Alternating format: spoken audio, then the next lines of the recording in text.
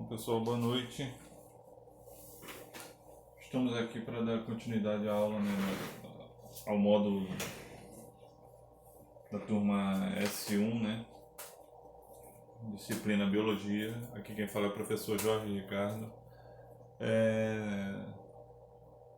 Nós estamos aqui para dar continuidade a esse módulo. A gente falou na aula passada, deu uma noção básica sobre as células, né?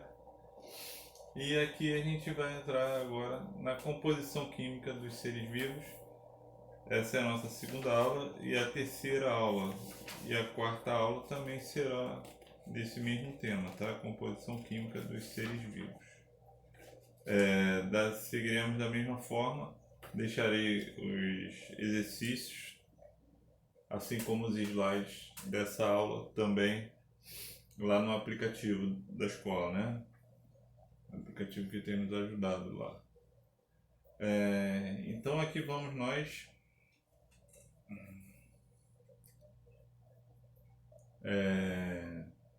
falando sobre a composição química dos seres vivos. Nós temos os componentes inorgânicos e os componentes orgânicos, tá? Onde estão englobados nos inorgânicos a água e os sais minerais. Daqui a pouco a gente vai ver mais a fundo. Hoje a gente vai ver os inorgânicos, tá? E nas próximas duas aulas a gente vai comentar sobre os orgânicos, né? Que são mais detalhados e tem mais explicações aí pra gente.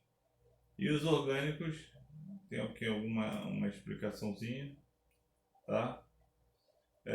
São estruturalmente mais complexos e maiores que os inorgânicos. São constituídos por cadeias carbônicas e produzidos pelos próprios seres vivos, né? Então, são essas substâncias aqui: carboidratos, lipídios, proteínas, ácidos nucleicos, vitaminas.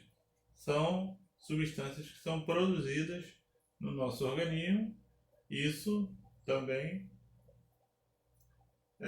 devido ao que? Ao que a gente se alimenta, o que nós ingerimos transformado no nosso organismo nessas substâncias aí, tá? Então por isso que nós devemos ter cuidado com a alimentação, né, de forma geral, para que a gente possa ter uma vida saudável com a produção dessas substâncias aí da melhor forma, nem em excesso e nem em falta, tá? Da quantidade correta que o nosso organismo precisa, tá? Então vamos continuar. A água é a substância encontrada em maior quantidade nos seres vivos e é indispensável à existência. Aqui é só a existência, tá? A existência. Vou acertar aqui. Desculpa.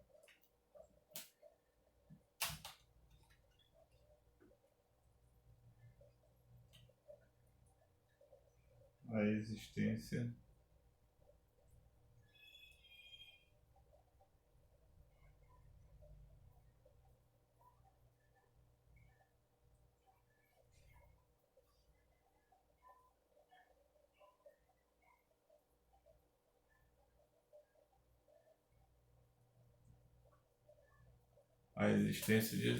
a substância encontrada em maior quantidade nos seres vivos e é indispensável à existência de sua vida. Sua quantidade é bastante variável nas diversas espécies de seres vivos. Então a água representa grande parte na composição de qualquer ser vivo, né? Então por isso a importância da água, né? A gente não ouve falar que a gente deve ingerir no mínimo 2 litros de água por dia, né? Por quê? Porque grande parte do nosso organismo é composto de água, e se falta água a gente começa a ter problemas no nosso organismo, por exemplo, uma desidratação, né?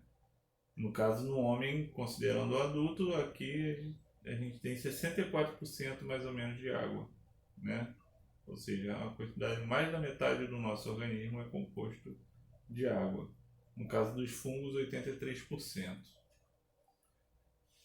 E aí venho traçando aqui uma comparação com com o homem, né, a quantidade de água no corpo, no organismo de um homem, desde o momento da sua geração até a fase adulta, né?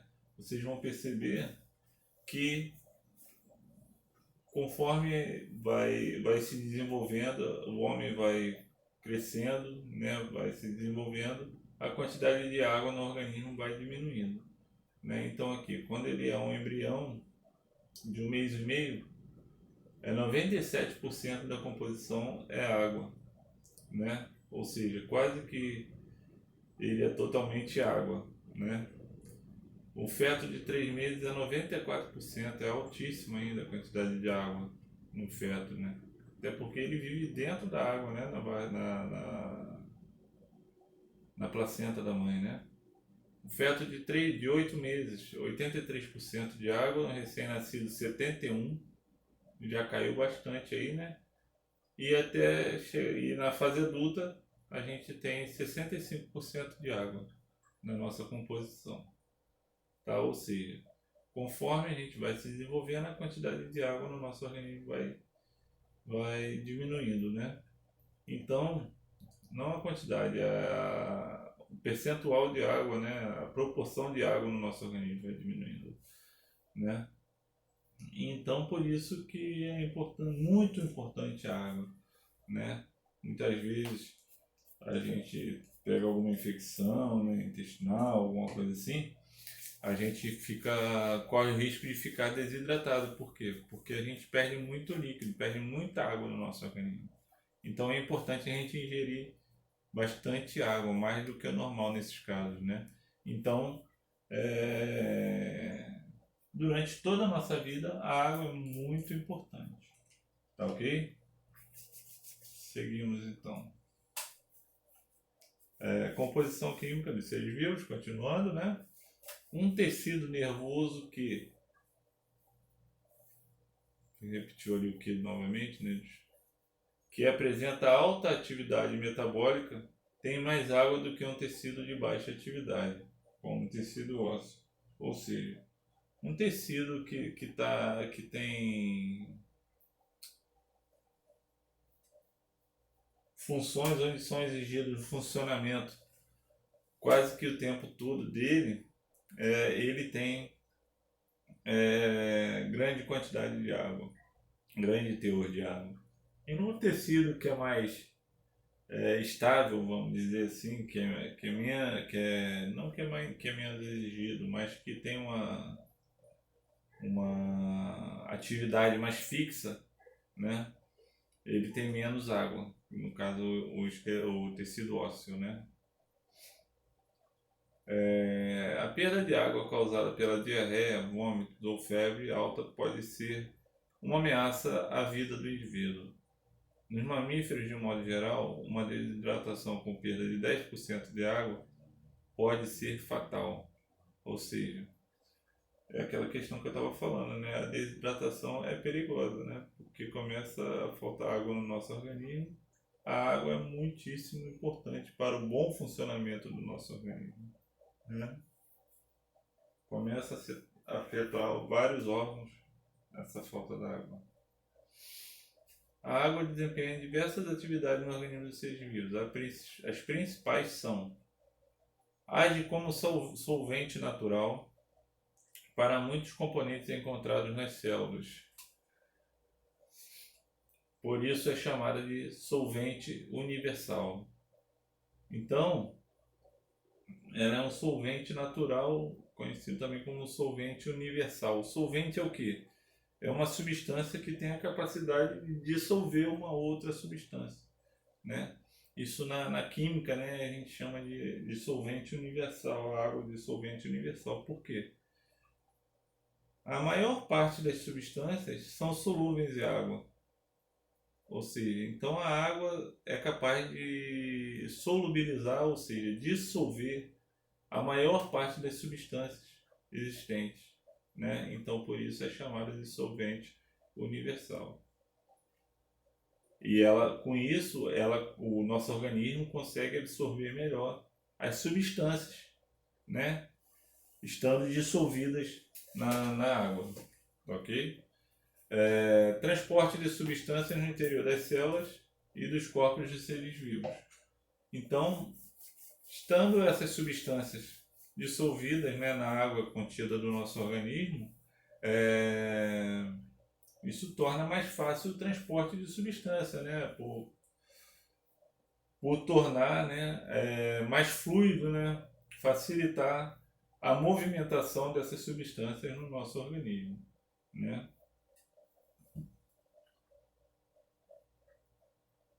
Você imagina uma tubulação de água, né? O que passaria melhor numa tubulação de água? A água passaria com mais facilidade. A água ou, sei lá, uma quantidade de areia, de terra.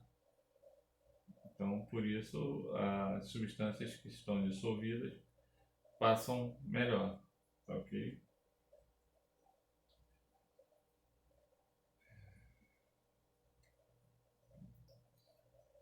É o meio onde ocorrem a maioria das... Aqui ocorrem, tá, pessoal? Ocorrem a maioria das reações químicas no interior das células, né? Então é em meio aquoso, né, que é onde se tem a mistura, né?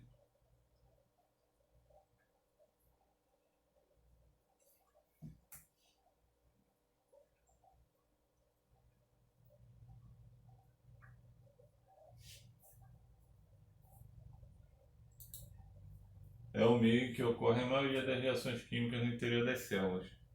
É em meio aquoso que ocorrem a maioria das reações químicas, né, no nosso organismo. E no nosso organismo ocorrem reações químicas o tempo todo, né? O tempo todo. Enquanto a gente estiver vivo, até mesmo depois que a gente morrer, né? Até que o nosso corpo todo seja desintegrado, vamos dizer assim, degradado, né? Ele estarão ocorrendo reações químicas nele, né? E muito disso por conta da água, né? A água atua no equilíbrio da temperatura dentro das células, impedindo mudanças bruscas que afetem o metabolismo celular. Então, um meio de equilibrar a temperatura do nosso organismo, né, é a água, né? Através de quê? Por exemplo, o suor, né? Quando a gente transpira mais? Na época do inverno ou no verão? Obviamente no verão, sabemos que é no verão. Por quê? Porque a temperatura ambiente está muito mais alta. Por conta disso, a temperatura do nosso corpo também aumenta e o nosso organismo, numa tentativa de equilibrar essa temperatura, faz com que a gente transpire, né? O suor é, na verdade, uma tentativa do nosso organismo de diminuir a temperatura do nosso corpo, né? Porque se a nossa temperatura subir muito, o nosso organismo sente essa diferença, né? É normal, até mesmo no verão, nós nos sentirmos um pouco mais mole, né? Um pouco menos disposto, né? E quando a gente está gripado, com febre, qual é a nossa disposição? Quando o nosso organismo, a gente está com febre, nos dá logo uma indisposição, né? Então isso é um efeito do aumento da temperatura do nosso organismo, tá?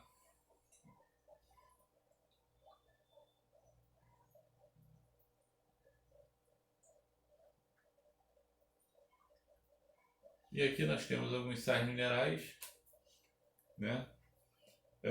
Os sais minerais, que são a água e os sais minerais, né? Que são os compostos inorgânicos, né? Que compõem os seres vivos.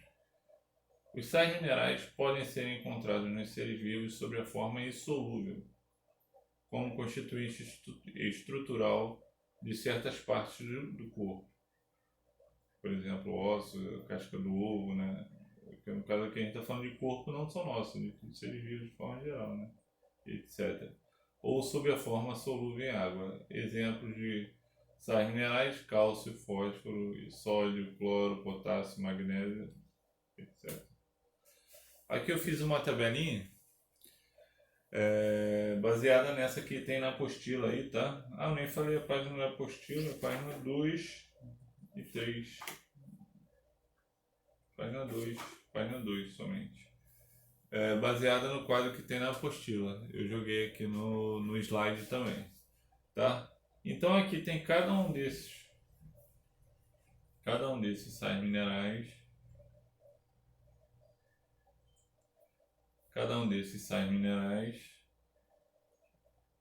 onde a gente tem